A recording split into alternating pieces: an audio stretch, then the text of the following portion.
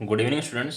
तो आज हम शुरू करने वाले लेक्चर अपना 3 अपना चैप्टर 5 क्लास 7 का लीनियर लाइन एंड एंगल। ठीक है।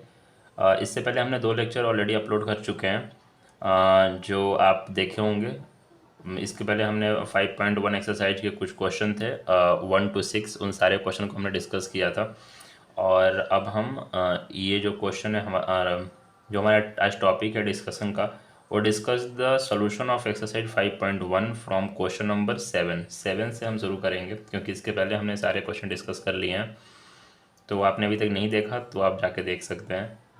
और चलिए तो शुरू करते हैं अपना हम क्वेश्चन नंबर 7 से। ठीक है। तो क्वेश्चन नंबर 7 डिस्कस करने से पहले हम एक छोटा सा टॉपिक है उसको डिस्कस कर लेते हैं। तो हम क्वेश्चन नंबर 7 क्यों आएंगे। Angle, types of angle. Angle हमने बता दिया था, बताते हैं कि टाइप्स ऑफ एंगल क्या होते हैं। Types of angle. ठीक है। तो सबसे पहला हमारा आता है टाइप्स ऑफ एंगल में एक्यूट एंगल। Acute angle. तो एक्यूट एंगल को डिफाइन करेंगे कैसे। Those angle those angle which are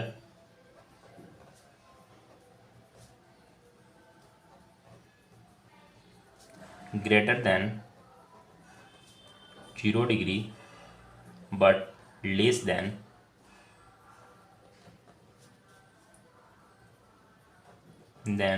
90 degree are called acute angle। Acute angle कहने का मतलब है कि एक्यूट एंगल वैसा एंगल जो 0 डिग्री से ज़्यादा हो लेकिन 90 डिग्री से कम हो। Example 10 degree, 15 degree, 45 degree. ठीक है। तो ये सारे जो मेरे एंगल हैं, ये सारे और भी बहुत सारे एंगल आ जाएंगे जिसमें 0 डिग्री से ज़्यादा होना चाहिए लेकिन 90 डिग्री से कम होना चाहिए। ठीक है। ये हमारे जो एंगल बनेंगे ये ऐसे बनेंगे और ये 45 डिग्री ये ऐसे बनेंगे। ठीक है। तो ये मैंने रफ फिगर मैंने ड्रॉ किया है। ये मेरे 45 डिग्री, तो ये मेरे हो गए ये जो मेरा हो गया, ये हो गया मेरा एक्यूट एंगल। अब हम अपना बात करते हैं दूसरे एंगल की तरफ बढ़ते हैं। जो हमारा दूसरा एंगल है वो है हमारे पास obtuse angle.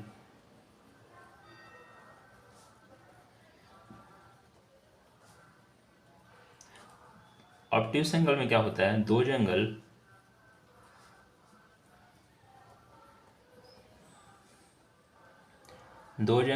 Which are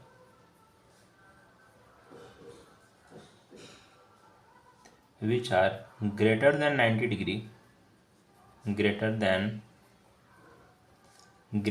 90 degree but less than 180 degree. 90 degree से तो ज़्यादा होगा लेकिन हमारा 180 डिग्री से कम होगा। उस टाइप के एंगल को हम लोग बोलेंगे ऑब्ट्यूस एंगल। Obtuse angle. ठीक है। इसका अगर हम एग्जांपल देखें तो हमारा इसका एग्जांपल आ जाएंगे 100 डिग्री, 98 डिग्री, 120 डिग्री और भी बहुत कुछ ईटीसी। मतलब एक्सेट्रा बहुत सारे एंगल आ जाएंगे ऐसे। अगर हम इसका डायग्राम बना के एग्जांपल देखें तो ये करीब करीब ऐसे, ये मैंने रफ फिगर बनाया है, आप बनाइए तो प्रोडक्ट का यूज करके बनाइए। ये मेरा करीब करीब 120 डिग्री, ये 120 डिग्री का ये हमारा एंगल आ गया, तो उसको हम लोग बोलेंगे ऑब्ट्यूस एंगल। अब हम बात करते हैं अपने थर्ड टाइप के एंगल की तरफ, जो हम बात करेंगे अपने right angle.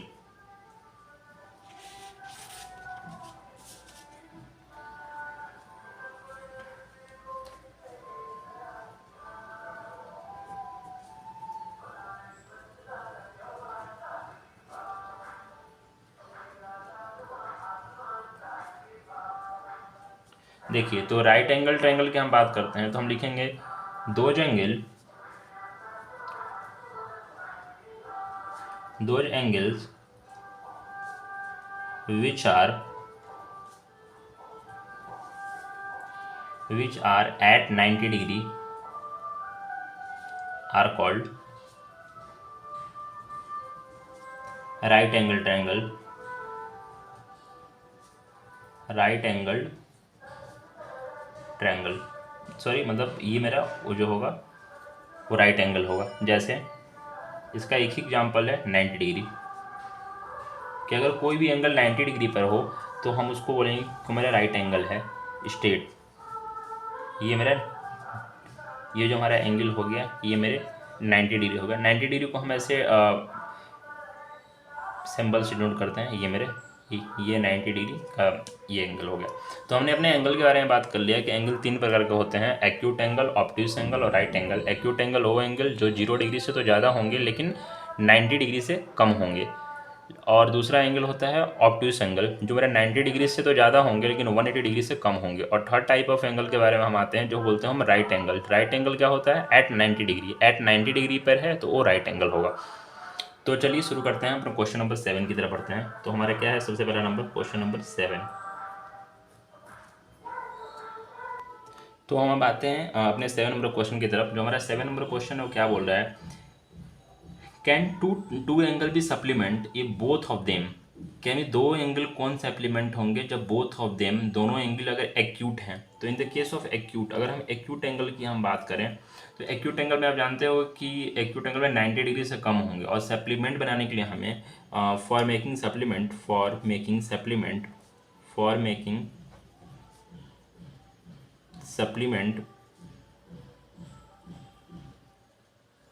We need 180 degree. दोनों एंगल का सम हमें 180 डिग्री हमें चाहिए। लेकिन एक्यूट एंगल के केस में क्या होगा कि एक्यूट एंगल के केस में अगर आप एंगल हमें क्या करें 90 से कम लेना है। अगर आप 89 भी लेते हो, दो एंगल को अगर मैक्सिमम टू एंगल का सम अगर 98 लेते हो, सब बोलने की मैक्सिमम टू एंगल का सम अगर आप 89 लेते हो, फिर भी आपका ये 180 नहीं हो पाता है। तो इन दिस केस नो, हम नहीं बना सकते। एक्यूट एंगल के केस में हम नहीं बना सकते, ठीक है, क्योंकि ये 180 पहुंच ही नहीं पाएगा। क्योंकि अगर हम मैक्सिमम 89 लेते हैं तब पर भी 180 हमारा नहीं पहुंच पाएगा।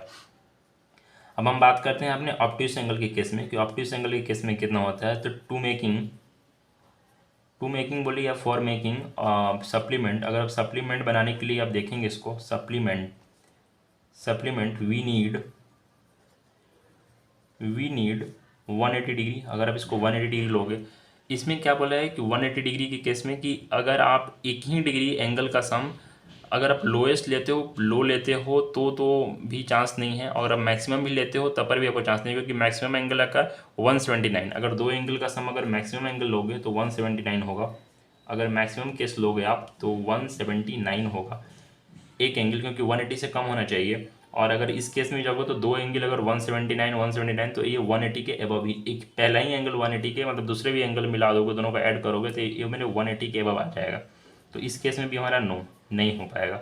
अब आते हैं अपने हम थर्ड केस की तरफ, जो हमारा है फॉर मेकिंग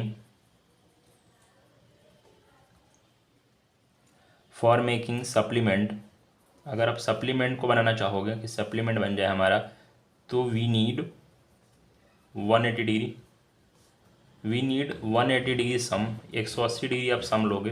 तो 180 इसमें क्या होता है कि राइट एंगल में क्या होता है कि एट 90 डिग्री आपका एंगल होना चाहिए, मैक्स टू मैक्स से या मिनिमम रहो एट 90 डिग्री। अगर आप एट 90 डिग्री लेते हो तो 90 और 90 को सम अप करते हो कि 90 + 90 इक्वल टू 180 हो जाएगा। तो इस केस में हमारा बन सकता है, यस हम कर सकते हैं, क्योंकि दो कॉम्प्लीमेंट बनाने के दोनों एंगल हमारा 90 होगा, तो ये हम इस केस में हमारा बन जाएगा 180 डिग्री, ठीक है।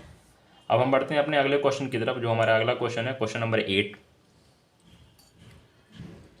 तो हमारा क्वेश्चन नंबर 8 में आ गए हम। क्वेश्चन नंबर 8 क्या कहता है हमारा कि an angle is greater than 45, is it complementary angle greater than 45 और इक्वल टू 45 और लेस देन 45। तो देखते हैं एंगल कितना है, गिवन डेटा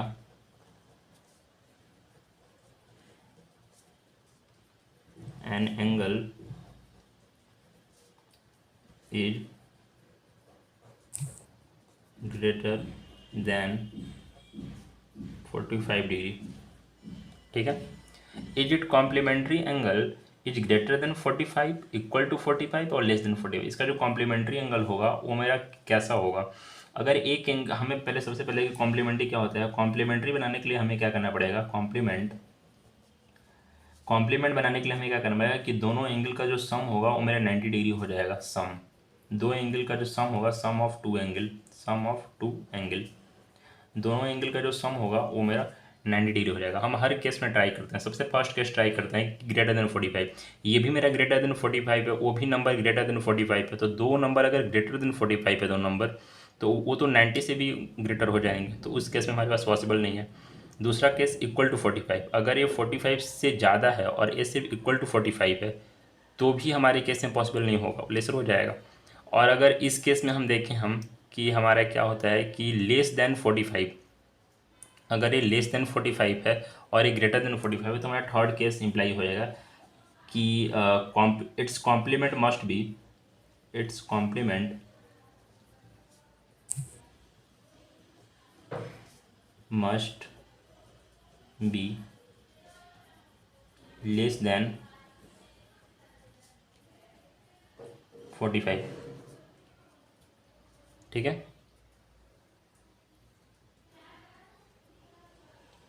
तो हमारा हो जाएगा इट्स कॉम्प्लीमेंट लेस देन 45। तो हमारा ये क्वेश्चन हो गया। अब हम बात करते हैं अपने अगले क्वेश्चन की तरफ, जो हमारा है क्वेश्चन नंबर 9। तो हमारा ये क्वेश्चन है, क्वेश्चन नंबर 9 में हमारे फिगर गिवन है। ये हमारा गिवन फिगर है। ठीक है, सबसे पहला इसका क्वेश्चन देखते हैं हम। सबसे पहला हमारा क्वेश्चन क्या है कि इज एंगल 1 एडजेसेंट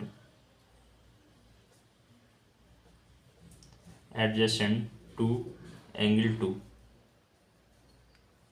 ठीक है, अगर इसको हम सॉल्व करेंगे तो हमारा क्या हो जाएगा कि हमें देखना पड़ेगा कि is angle one adjacent to angle 2 है। देखिए, एंगल 1 और एंगल 2 के बीच सेम मेरा एक सेम वर्टेक्स में है और इसका एक कॉमन आर्म है, तो यस हम बोल सकते हैं कि एंगल 1 एडजेसेंट है एंगल 2 के।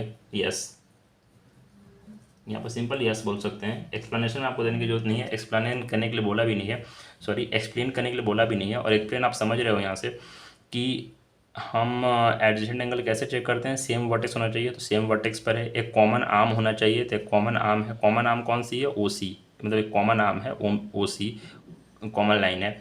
तो अब हम बोल सकते हैं कि मतलब ऐसे भी कर सकते हैं कि एंगल ए ओ सी और एंगल सी ओ ई, ये मेरा एडजेसेंट एंगल है। दोनों मेरा एंगल 1 और एंगल 2 एडजेसेंट एंगल है।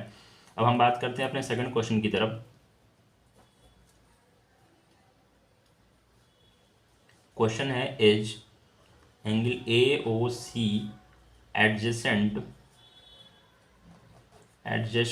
To angle A O E. देखिए क्या बोल रहा है कि एंगल ए ओ सी मतलब एंगल 1, फिर बोला है एंगल ए ओ ई मतलब एंगल ए ओ सी, ए वाली एंगल, और एंगल ए ओ ई, ए वाली एंगल। ये जो एंगल एडजेसेंट एंगल है, तो एडजेसेंट एंगल नहीं है। ये कैसे नहीं है? क्योंकि एंगल ए ओ सी और एंगल ए ओ ई, इनके बीच में ही ये दोनों कॉमन, दोनों एंगल के बीच कॉमन नहीं आ रहा है। ये पूरे ए ओ ई और एंगल ए ओ ई और एंगल ए ओ सी जो है, ये जो कॉमन आर्म है, ये कॉमन दोनों एंगल के सेपरेट बाउंड्री पास आना चाहिए, लेकिन अब सेपरेट बाउंड्री पास नहीं आ रहा है, ये दोनों के बीच में आ जा रहा है। तो हम बोल देंगे कि नो, ये एडजेसेंट एंगल नहीं है। अब हम देखते हैं अपने थर्ड क्वेश्चन की तरफ। Do angle C O E and angle E O D from linear pair, क्या ये लीनियर पेयर फॉर्म कर रहे हैं? कौन कौन से एंगल? एंगल सी ओ ई, मतलब ये एंगल सी ओ बी यानी कि angle 2, angle C O E और angle E O D, angle E O D. अब देखिए एंगल सी ओ ई और एंगल ई ओ डी, हाँ ये लीनियर पेयर फॉर्म करेंगे। कैसे? क्योंकि अगर सी डी मेरा लाइन लीनियर है, एक मेरा लीनियर लाइन है, और एक यहाँ पर ये एंगल एक फॉर्म कर रहे हैं, और एंगल ई ओ डी एक मेरा ये एंगल फॉर्म कर रहा था। मतलब ये सपोज कहने को कि ये वाला एक एंगल फॉर्म कर रहा है और दूसरा मेरा एक ये एंगल फॉर्म कर रहा है, तो ये दोनों को हम मिला देंगे तो हमारा ये लीनियर पेयर है। तो हम बोल सकते हैं yes it is linear pair, yes they form linear pair, they form a linear pair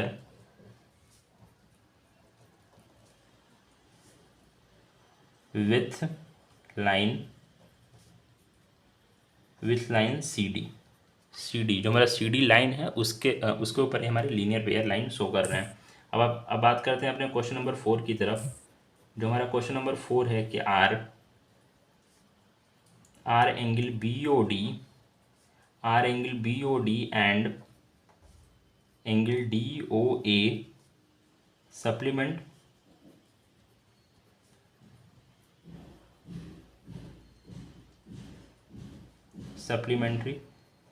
supplementary कहने का मतलब कि इन दोनों के एंगल का सम हमारा 90 होना चाहिए। तो अगर हमें सप्लीमेंट कह रहा है तो इट मीन्स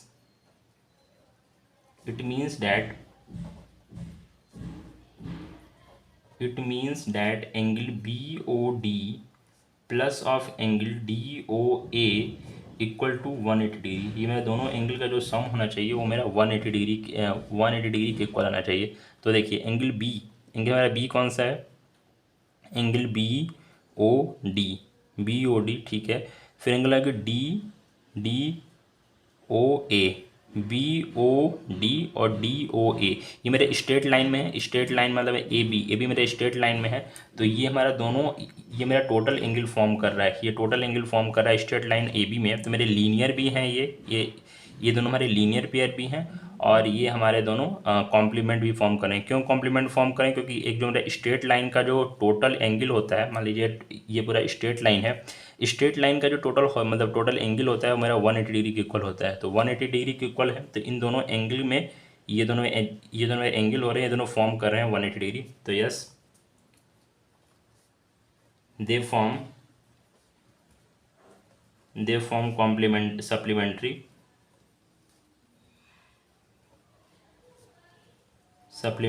प्लस ये मेरे सप्लीमेंट्री फॉर्म कर रहे हैं, प्लस लीनियर पेयर भी फॉर्म कर रहे हैं, लीनियर पेयर ठीक है। अब बात करते हैं अपने अगले क्वेश्चन की तरफ जो हमारा है question number 5।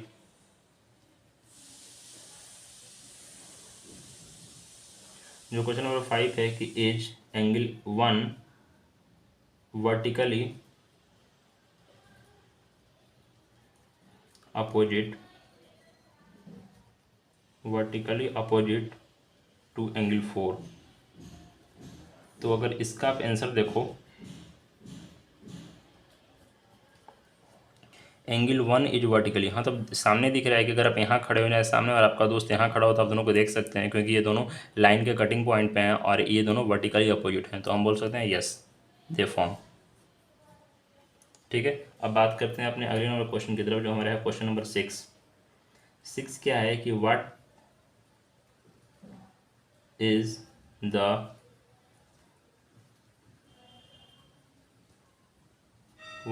Vertically opposite angle, what is the vertically opposite angle, what is the vertically opposite angle of angle 5। जो मेरा एंगल 5 है उसके वर्टिकली अपोजिट एंगल क्या होगा? तो अगर इसके आप सॉल्यूशन में देखो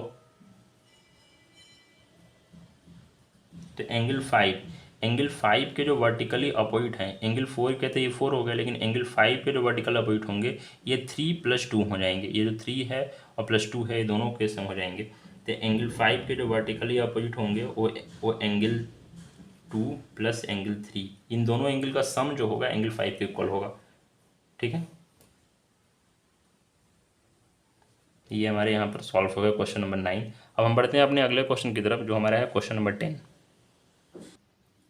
तो ये हमारा क्वेश्चन नंबर 10 है।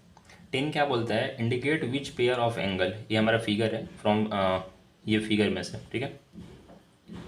पेयर ऑफ एंगल हमें इंडिकेट करना है। तो सबसे पहले पेयर ऑफ एंगल हमें इंडिकेट करना है कि वर्टिकली अपोजिट एंगल कौन कौन से हैं। तो हम देख सकते हैं कि हमें वर्टिकली अपोजिट एंगल ये है हमारे एंगल 1 और एंगल 4, ये दोनों अपोजिट में हैं। अपोजिट समझ रहे हो ना, मेरे सामने अपोजिट मतलब आपके सामने अपोजिट कौन है, तो मतलब वो आपके अपोजिट में देखना है कि हमें यहाँ सामने अपोजिट है। तो ये मेरे वर्टिकली अपोजिट एंगल हो गए। तो मेरे एंगल 1 इक्वल टू एंगल 4 हो गए, ये मेरा एक पेयर हो गया। अच्छा, एक पेयर हो गया। दूसरा पेयर की हम बात करते हैं कि दूसरे पेयर कौन कौन से हो जाएंगे। तो मेरा सेकंड पेयर आ जाएगा angle 5 plus sorry angle 5 equal to angle 2 plus angle 3, ये भी मेरे पेयर में आ गए, सेकंड पेयर में आ गए। अब हम बात करते हैं अपने सेकंड क्वेश्चन की तरफ, जो हमारा है linear pair. Linear pair, linear pair, ठीक है। तो हमारा लीनियर पेयर कौन कौन से, तो लीनियर पेयर के लिए हमारा सबसे फर्स्ट पेयर कौन हो जाएगा, ये मेरे पहला पेयर कौन हो जाएगा। लीनियर पेयर यानी कि जो मेरा हॉरिजेंटल लाइन पर जो मेरा एक मेरा जो हॉरिजेंटल लाइन है, उस हॉरिजेंटल लाइन पर कितने एंगल हैं वो मेरे एक पेयर में आ जाएंगे। तो ये मेरे फर्स्ट हॉरिजेंटल लाइन अगर हम एल एम माने, L M N P, N P मान लीजिए, ठीक है। ये दो आप मान लीजिए लाइन,